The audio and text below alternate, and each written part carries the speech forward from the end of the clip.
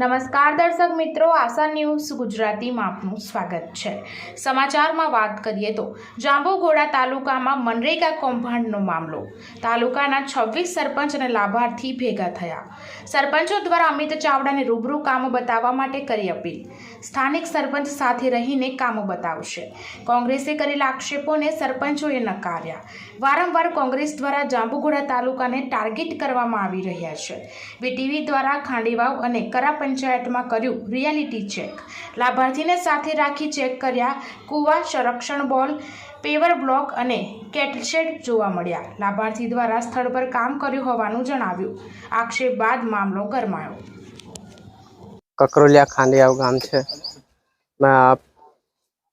Block નાખેલા છે, આખા ગામમાં નાખેલા છે। એમાં ગંદકી એવું કશું થતું નથી। બ્લોક નાખેલા છે તો સારું છે। તમારા ગામનો કેવો વિકાસ થયો છે, શું ફાયદો થયો ગામને?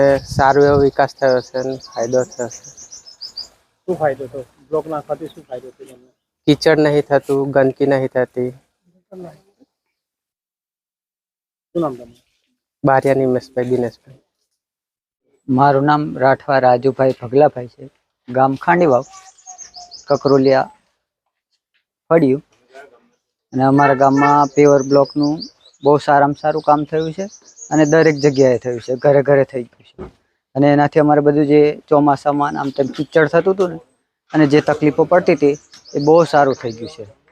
અને દરેક અમારા જે જોબ કાર્ડમાં અમે જોડાયેલા છે એ બધાને દરેકના ખાતામાં પૈસા રેગ્યુલર આવે છે। રાઠવા રાજુભાઈ ભગલાભાઈ। ચાવડા સાહેબે મારી પર આજે જે રીતિ પંચમહાલ જિલ્લાની અંદર કરી છે, એની અંદર મયંક દેસાઈની ગિરનાર ટેરસ એજન્સીએ જે રીતિ કરી છે એવો આક્ષેપ કરવામાં એમને મીડિયામાં નિવેદન આપ્યું છે। એ મેં સાંભળ્યું અને મારી પર કેટલા મીડિયાવાળાના ફોન પણ અમદાવાદથી આવ્યા અને મારા સ્ટેટમેન્ટ પણ લીધા। જ્યારે મારી ગિરનાર ટેરસ એજન્સીનું ટેન્ડર પંચમહાલ જિલ્લાના નિયામક શ્રી જિલ્લા ગ્રામ વિકાસ એજન્સી તરફથી જ્યારે ટેન્ડર પાડવામાં આવેલ 5 વર્ષ પહેલા, ત્યારે મારું ટેન્ડર લાગેલ હતું ગિરનાર ટેરેસ નામનું।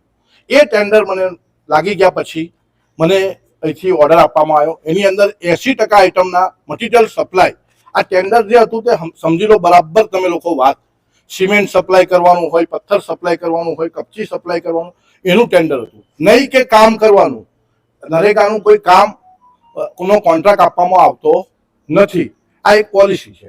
ત્યારે મને મટીરિયલ સપ્લાયનું કામ કરવા માટેની ઓર્ડર જે આપવામાં આવેલ, એ ઓર્ડરની અંદર 80% કામોનો સપ્લાયનો ઓર્ડર મને આપવામાં આવેલ અને જે પાર્ટી મહીસાગરની પાર્ટી હતી એને 20% કામોનો સપ્લાય કરવાનો ઓર્ડર આપેલ। કારણ કે મહીસાગરની પાર્ટી પણ એના પણ અમુક આઇટમોમાં ભાવ ઓછા હતા અને જે આઇટમોમાં મારા ભાવ ઓછા હતા એની અંદર મને ઓર્ડર આપવામાં આવેલ। ત્યારબાદ મને અહીંથી જિલ્લામાંથી જિલ્લા ગ્રામ વિકાસ એજન્સીના ડાયરેક્ટરે કહેવામાં આવેલ કે તમારે અલગ અલગ તાલુકાની અંદર ત્યાંના ટીડીઓ તમારે ડિમાન્ડ નોટ મોકલશે કામના મટીરિયલના કામ માટે। જે પંચાયતમાં કામ ચાલતું હશે તઈ ગાડી કામ માટે મટીરિયલ મોકલવા માટે ડિમાન્ડ નોટ હોય, તો મારી પર જે ડિમાન્ડ નોટ જે ગ્રામ પંચાયતની આવી એ પ્રમાણે મેં મટીરિયલ સપ્લાય કર્યું દરેક ગ્રામ પંચાયત।